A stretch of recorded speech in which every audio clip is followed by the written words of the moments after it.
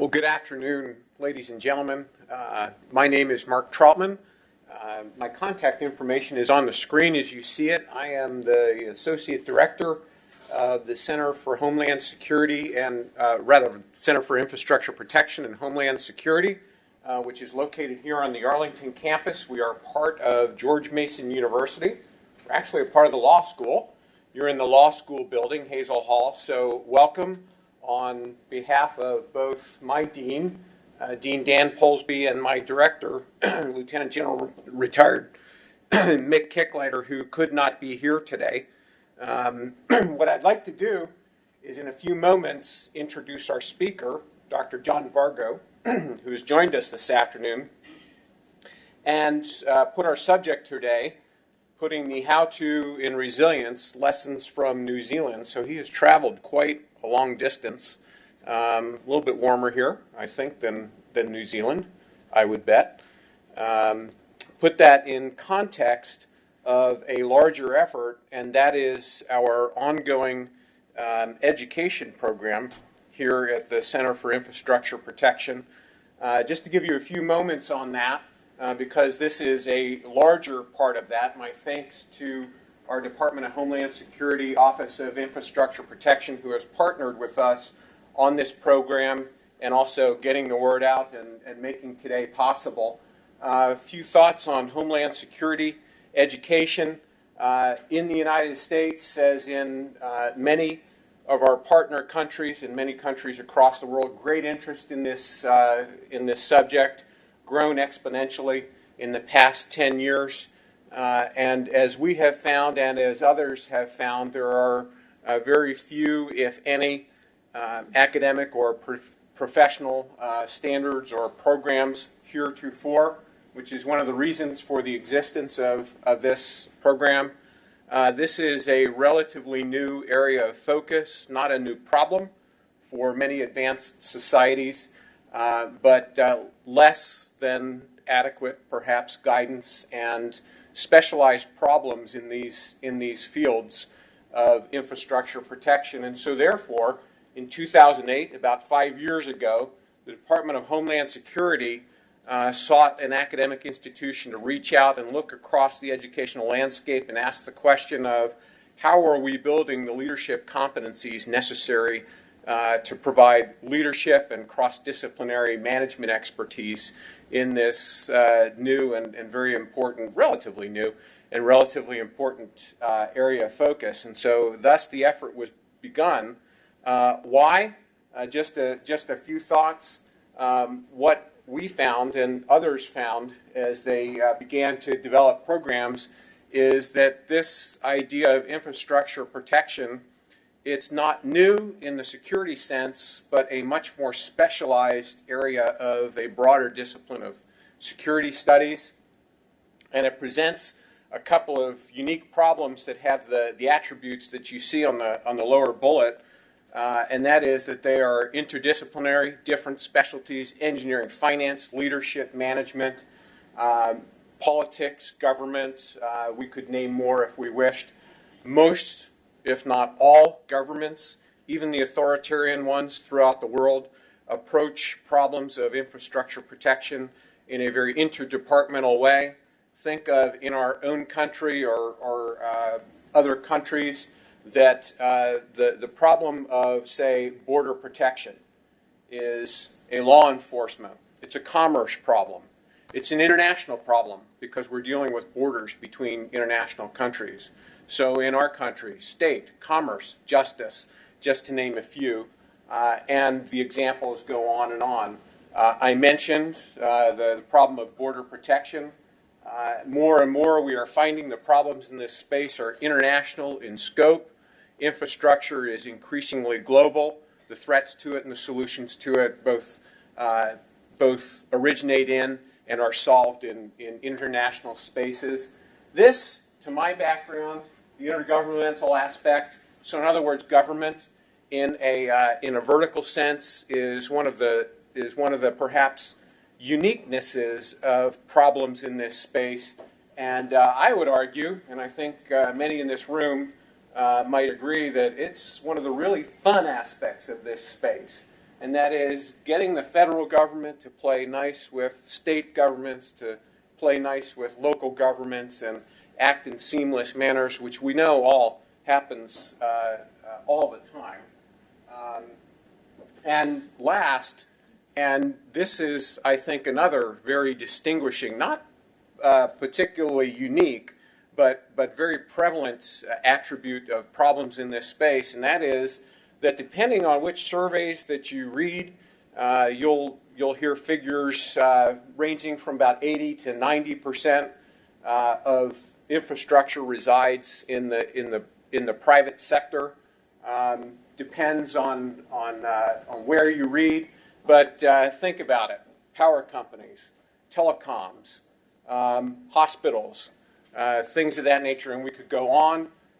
Reside predominantly in the private sector, and so they present problems of industry-government coordination. And so, therefore, the Department of Homeland Security identified 7 core competence areas that you see listed on the screen, and in terms of leadership and management capabilities, asked for curriculum to be developed in these very interdisciplinary areas that you see on the screen.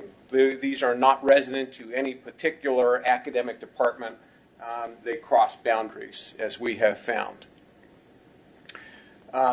We were called upon by the Department of Homeland Security to create educational curricula and to support the development of competencies in leadership to execute, for example, some of the many plans that you see, and the development of policy and other attributes in this area. And so what we sought to do was to develop materials, standardized syllabi with references, most of which would reside on the web, and case studies, teaching materials, if you will, that could be packaged, and then give them away. And so if you go to our website, which I can demonstrate for you in a moment, you'll see that those degree programs, which exist as prepackaged assets. So if you will, if your educational institution wishes to start an infrastructure protection program and asks itself, where do I start? Well, this is not the end of the story, but it's a real good starting point that can be downloaded, tailored, and fitted to the needs of your particular situation or educational institution. The result of about a 2-year initial effort was a creation of, if you will, three groups of curricula. The first is a 5-course professional certificate graduate courses. So 5 3-credit-hour courses, which are designed as a comprehensive package for an entry-level certification, if you will. The second group were 7 standalone courses that could be inserted into other disciplines, say engineering, public administration, if you will, finance, other areas that would give an overview and then could be tailorable to the specific needs of a program. And the third was a modified master's degree program. We chose the public administration program, and we created an 8-course concentration in public administration focused on critical infrastructure protection. These are relatively new. The last of these was only introduced about a year ago, and so part of our effort is to work through special events such as this to get the word out, because these are free, they are in the public domain, they are available to educational institutions. Just go to your website and download to your heart's content. I would give special emphasis on our case studies, and the other attribute of our relationship with the Department of Homeland Security is they've asked us to continue this effort, develop new materials, update the ones that we have. So these are under constant revision as new policy comes out, as new references are created. We put those into the curriculum so that they are as current as we can make them, and we do several revisions per year. We created an original case study. These are designed to be integrative exercises. These are a case study with teaching materials embedded in the package. The first one we chose was an incident from a few years back, a collapse in Minnesota of a bridge across the I-35 highway. It's especially interesting because the initial suspicions of the collapse were that it was that it was a terrorist act, and it required some very special leadership and critical thinking to get to actually the right answer and to handle both the incident on space and also an appropriate response to it. A second one, the center released about 2 weeks ago. It's a case study of the 2003 North American power outage. It's got exercises associated with it, and we're working on a third. It focuses on the 2001 Baltimore tunnel fire. That one will be out in a few months after we beta test it, so to speak, and make sure it's ready for prime time. But that will be out this year in a few months. As I said, these are under constant revision and update. As I said, one of our functions is to outreach through special events such as this. So we convene roundtables and conferences. We put out newsletters, circulars. I think all of you are probably here because of our SIP report. We use that as a vehicle to communicate with the public. And our objective is to outreach to college, universities, and organizations. And then great things happen, like researchers pitch up from New Zealand, and we enrich and we enlarge our curriculum. One of the functions of good educators is to constantly ask themselves whether the discipline is relevant, where its boundaries need to be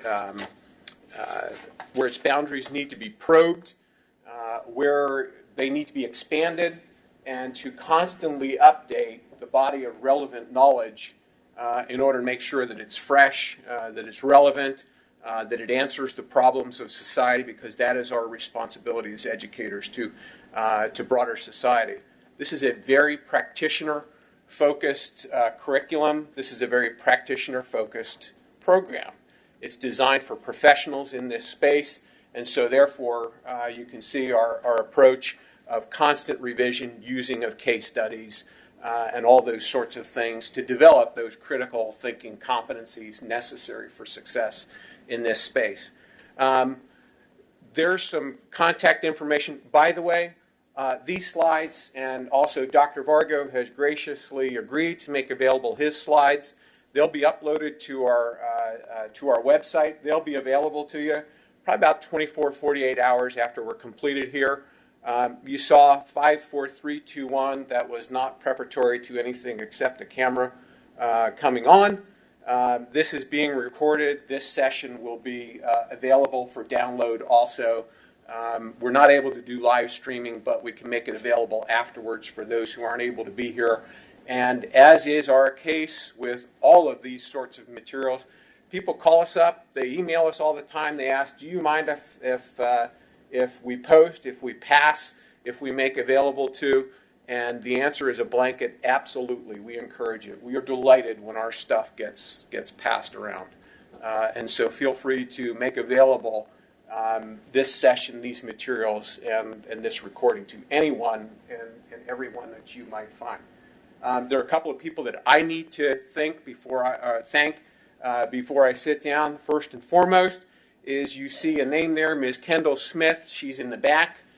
She is the genius behind all of this effort. Kendall is, her contact information is here. Should you have any questions regarding this, please reach out to her.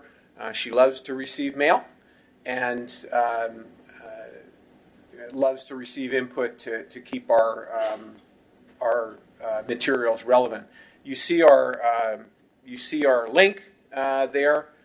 Pull up our website and you'll see a tab there for education. That's where you'll find those courses and curricula that I referenced earlier. In addition, as I said, we've partnered with the DHS Office of Infrastructure Protection, so our thanks to Assistant Secretary Caitlin Durkovich and Ms. Barbie Yeagerman, who helped us get the word out here. I know that some of you here are from DHS. Barb is to thank for that, so please pass my thanks on to her. Also in the back, Manal Farouk and Jasandra Nanini, who helped set up today. They were the smiling faces that you saw as you entered in here. One of our fellows from the center, Ms. Debbie Van Opstel, who actually was our connection with John. This is how our center operates. We partner with professionals in the space. They bring us great resources. So, Debbie, thanks so much. I appreciate it very much. And so, with that, I would like to introduce today's speaker, Dr. John Vargo. He will tell you more about himself, but he is a senior researcher and co-leader in the Resilient Organizations Research Program. It's based in New Zealand.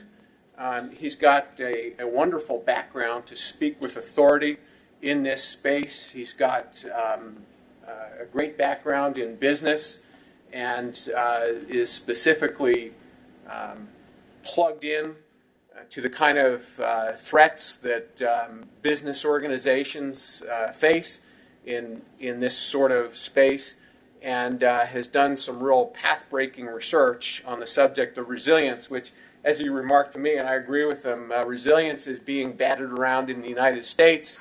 It has been for a while, and he made the comment, it's the new black, and I guess has been for a while. So I will switch to his sides and welcome John Vargo.